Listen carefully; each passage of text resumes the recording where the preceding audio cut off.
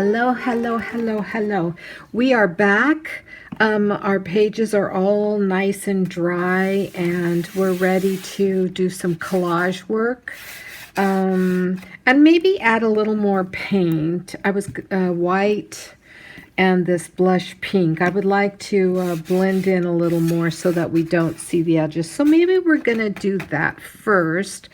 So I'm going to take the white here, and I might use a brayer for this so it doesn't get all over the place and gives us a little bit of spread, not a lot of spread, because we don't want it to cover this area, and we don't want it to take the total vibrancy of all of our pages away from us. So I'm just gonna kind of take that off. All right, here we go. Let's put some white on. And you can see how the white just sort of tones it down a little bit and adds some color without taking away everything. We'll even go over this just a tiny bit. I don't want those.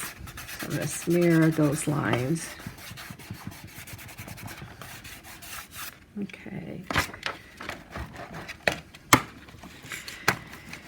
And I load up my brayer from my palette off to the side, and then I come over and add it. We're going to do this side too. I have to clip it. I live in California, and we're having Santa Ana's, and so everything curls up. It's kind of annoying, but it happens. All right, here we go. Let's get these edges.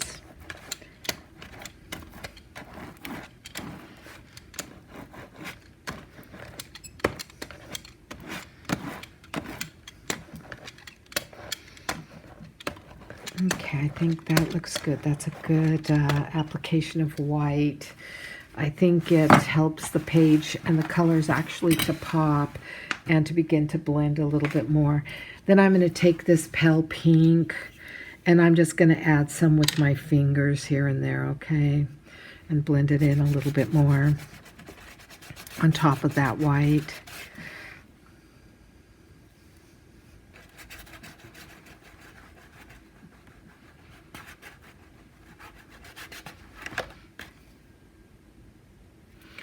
Because we're at that point now where we want to be done with all the colors, all the paint, and then we want to build the collage page.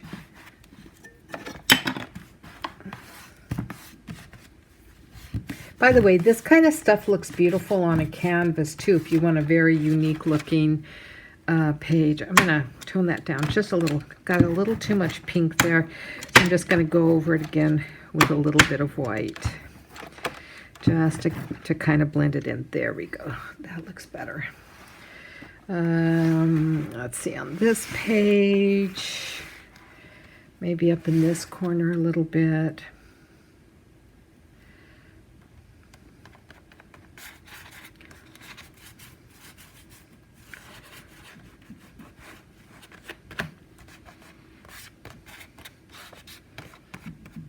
Okay,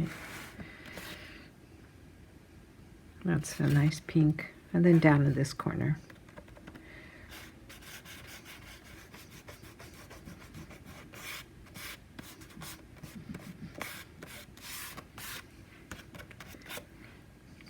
And last, I'm going to go a little tiny bit of white right there in that corner, like that.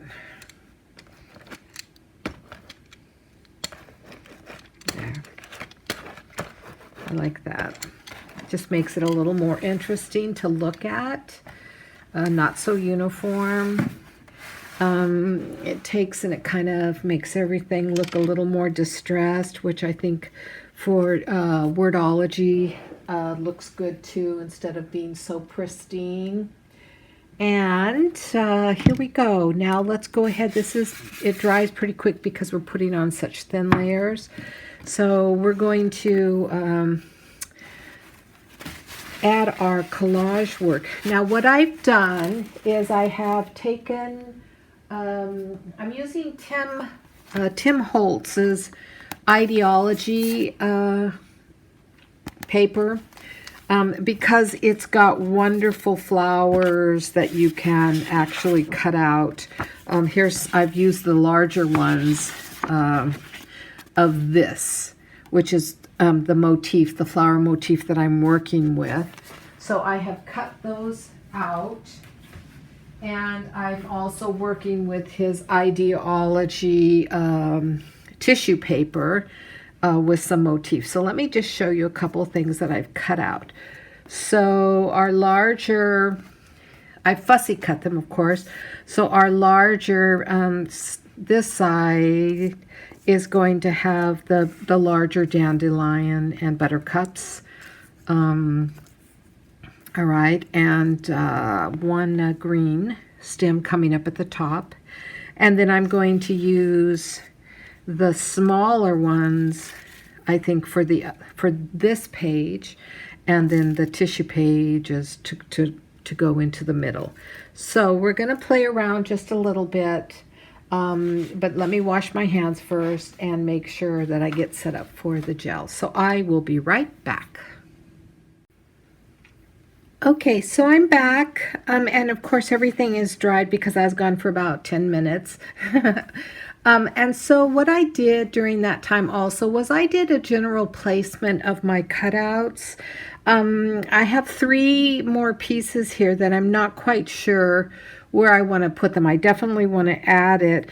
I might add this one up there because I think it'll fill in that space nicely, but then I'm not sure because I had cut it out originally for over here, but it's going the wrong direction. And I don't like it there. I like that there as a background because once I get it wet, you'll see what happens to it if you've never worked with it. So I think I'm going to just add that there. And then I had this piece cut out. I could put it under this one.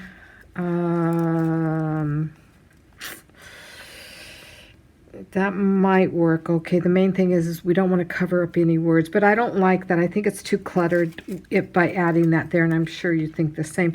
I could layer it here. Again, I think that's too cluttered, so I might not use it at all. And then I had this fern leaf it's going the wrong way too, unless I put it up here, and then it would be okay, but I don't think maybe it goes. So I'm gonna get rid of those two. I'm not sure if I'm gonna use that either. I like it, but I'm not quite sure. So I'll do this down and then decide about that. So we're gonna start on this side, and these pieces are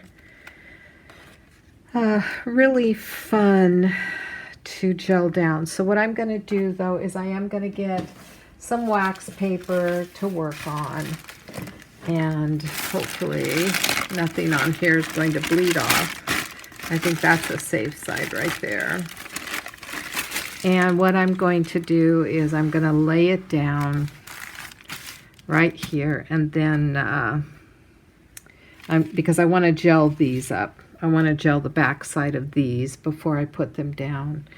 And remember, we have put acrylics on top of our watercolor sprays, but if I hit those watercolor sprays, they will bleed.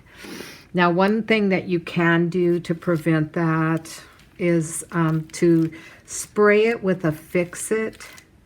But I'm going to tell you something about that. It will beat up anything that you put on top of it, so it's not so great for this kind of work. But it's easy enough to get things to stick by just putting the gel on the back side. and making sure like the stems and stuff like that are really secure. Putting them in place with your fingers.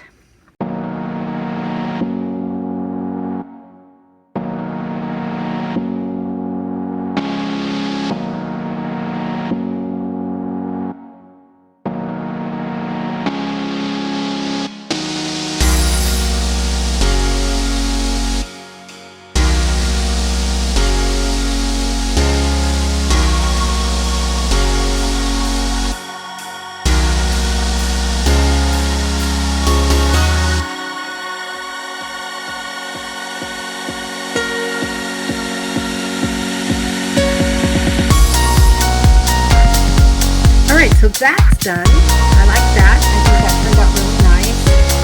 So now let's go to the middle. This will go down really nice and easy. So the thing is, I am going to put the gel down first on the page.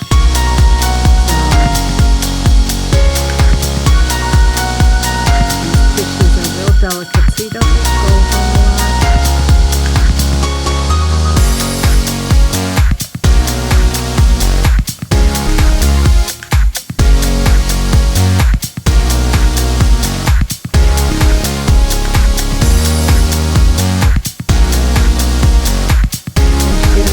Leave them alone because you can rip them by going over and over and over.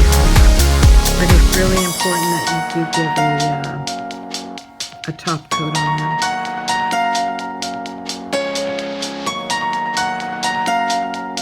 You can see how they blend, the tissue paper blends in.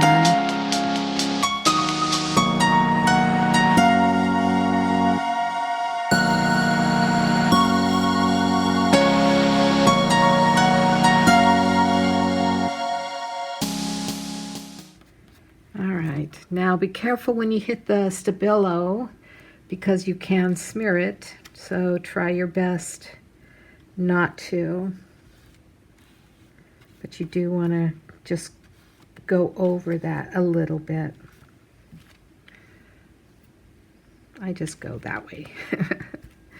And then if I don't bring it back and I wipe the brush off, then I don't worry about it so much. See that leaf right there? All right, so what do you think? Here's what it's looking like. What do you think? Do you think we need that little top portion to balance it out, to give something? I think yes, so let's just do it anyways. Let's just put it down. If we absolutely don't like it, then we know we just don't like it, but it's done. It just adds a little point of interest up at the top. There. Not so bad. That's not so bad. Okay, so now let's let this dry and then we'll come back and we'll do our wording and any finishing little doodle touches that we want. All right, thank you for watching and I'll see you in a minute.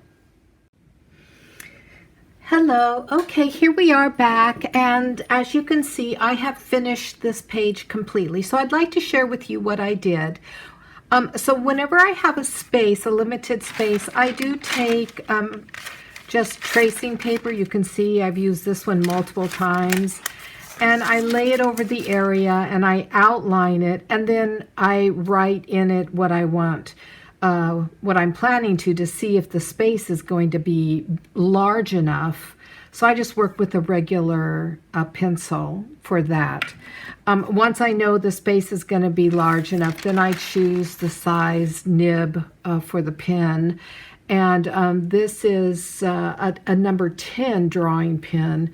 And so I went through. Now, after I wrote it, and I started, it was time to do the final touches.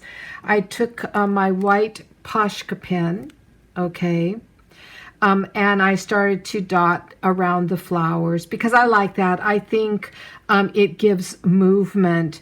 And when I got to here, I realized, oh, flow of life was part of my wording but got smeared and I never put it in there. So I started to write flow of life Flow of life. And the funny thing was, here's the interesting thing, is as I was doing the dots and I was thinking about how I was going to talk to you about that, I started to, I wanted to share with you that for me, it is a representation of the flow of life, the life force, the action energy, the magic of nature. So it was funny when I came over here and saw that I had missed those words completely, covering them up partially from this particular collage piece.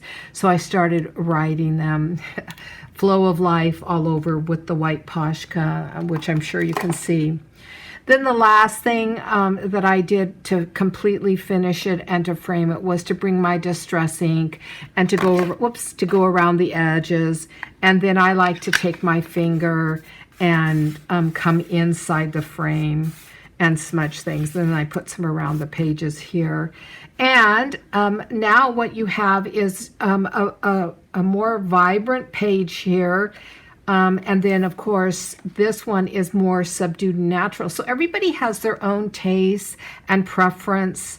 And by the way, when I finished this piece and I looked at it, I went, oh my God, I never finished this off with my distress ink. I like to frame things a lot with the distress ink. So I came back in and I added the distress ink to this one too, which I think pulls it all together, really frames it up nicely. But this is a lighter, softer, more gentle. This is a vibrant, more action. So you can see the difference. But Wordology is pretty cool. What you're doing, again, is you're pulling a story out of a story.